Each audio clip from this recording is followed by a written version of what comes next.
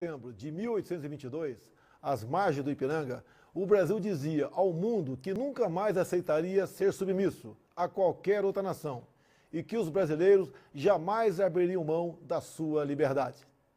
A identidade nacional começou a ser desenhada com a miscigenação entre índios, brancos e negros. Posteriormente, ondas de imigrantes se sucederam, trazendo esperanças que em suas terras haviam perdido. Religiões, crenças, comportamentos e visões eram assimilados e respeitados. O Brasil desenvolveu o senso de tolerância. Os diferentes tornavam-se iguais. O legado dessa mistura é um conjunto de preciosidades culturais, étnicas e religiosas, que foram integradas aos costumes nacionais e orgulhosamente assumidas como brasileiras. Passados quase 2 séculos da independência, nos quais enfrentou e superou inúmeros desafios, o Brasil consolidou sua posição no concerto das nações. Ainda no século XIX, durante o período do Império, fomos invadidos e agredidos, derrotando a todos. Já no século XX, durante a Segunda Guerra Mundial, a Força Expedicionária Brasileira foi à Europa para ajudar o mundo a derrotar o nazismo e o fascismo. Nos anos 60, quando a sombra do comunismo nos ameaçou, milhões de brasileiros identificados com os anseios nacionais de preservação das instituições democráticas foram às ruas contra um país tomado pela radicalização ideológica, greves, desordem social e corrupção generalizada. O sangue dos brasileiros sempre foi derramado por liberdade. Vencemos ontem, estamos vencendo hoje e venceremos sempre. No momento em que celebramos esta data tão especial, reitero, como presidente da República, meu amor à pátria e meu compromisso com a Constituição e com a preservação da soberania, democracia e liberdade, valores dos quais nosso país jamais abrirá mão. A independência do Brasil merece ser comemorada hoje, nos nossos lares e em nossos corações. A independência nos deu a liberdade para decidir nossos destinos e a usamos para escolher a democracia. Formamos um povo que acredita poder fazer melhor. Somos uma nação temente a Deus, que respeita a família e que ama a sua pátria. Orgulho de ser brasileiro. Muito orgulho de ser brasileiro. Você deve estar se perguntando por que iniciamos o nosso programa de hoje com esse vídeo do presidente Bolsonaro, uma vez que já tem 2 dias que o vídeo foi exibido e tal. Pois é, simplesmente porque o destaque de hoje tem muito a ver com isso. O vídeo que nós vamos destacar hoje tem muito a ver com esse discurso do presidente Bolsonaro. Mas antes disso, queria mandar um abraço para você que nos acompanha, na página TV Bolsonaro Presidente, também no canal Wellerson Oliveira lá no YouTube ou aqui na TV Rio Doce, canal 6, em todo o leste de Minas Gerais. Muito obrigado, muito bom caminhar com você rumo a um país melhor e mais justo para todos os brasileiros. Como eu disse, destaque de hoje fica por conta do vídeo do jornalista Alexandre Garcia, publicado agora à noite na página pessoal do presidente Bolsonaro e, é claro, tudo a ver com o discurso de terça-feira do presidente. Vídeo na tela, por favor. Mas a única coisa que o presidente abordou, além do que eu estou abordando também, foi a lembrança dos anos 60.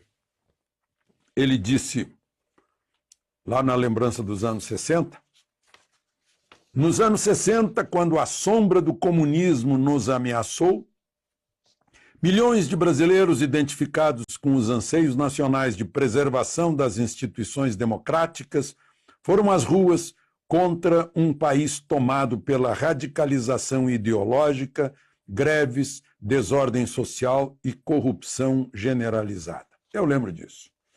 Eu lembro perfeitamente, eu estava defendendo uma prefeitura que seria atacada pelo Grupo dos 11 do Brizola daquela época.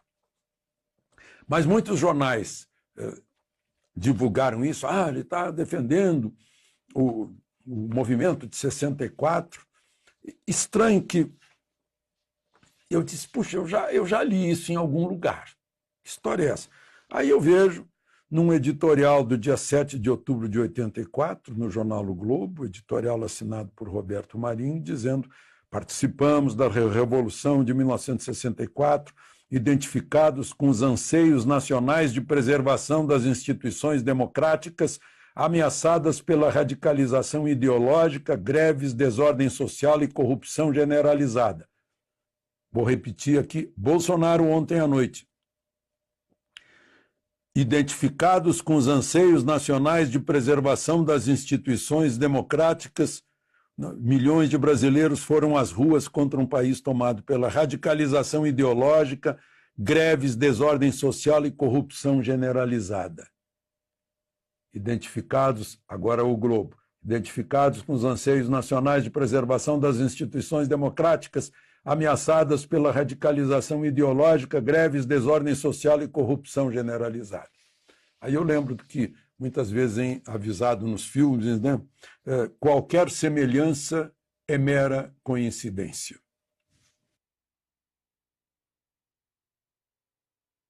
Aí, como vocês puderam ver, o presidente Bolsonaro de hoje pensa exatamente igual pensava o Globo, o grupo Roberto Marinho, o editor, o jornalista Roberto Marinho, na década de 60, quando os militares tomaram o poder para salvar o que ainda existia de Brasil. Não é que a Globo e o Bolsonaro pensam diferente, não. O doutor Roberto Marinho pensava exatamente igual o presidente Bolsonaro pensa hoje. Entendeu? A Globo de hoje pensa diferente do presidente Bolsonaro. Por quê? Porque é simplesmente o interesse próprio. Naquela época havia patriotismo. Naquela época havia profissionalismo na imprensa, em alguns, né? Naquela época agia-se em prol do bem comum, pelo menos nos cidadãos de bem, naqueles que de fato tinham caráter e tinham princípios e valores a zelar.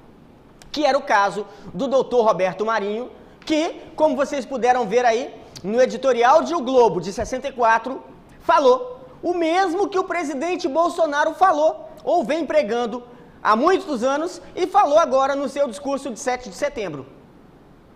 A Globo pensa diferente do Bolsonaro? Pensa, a Globo de hoje.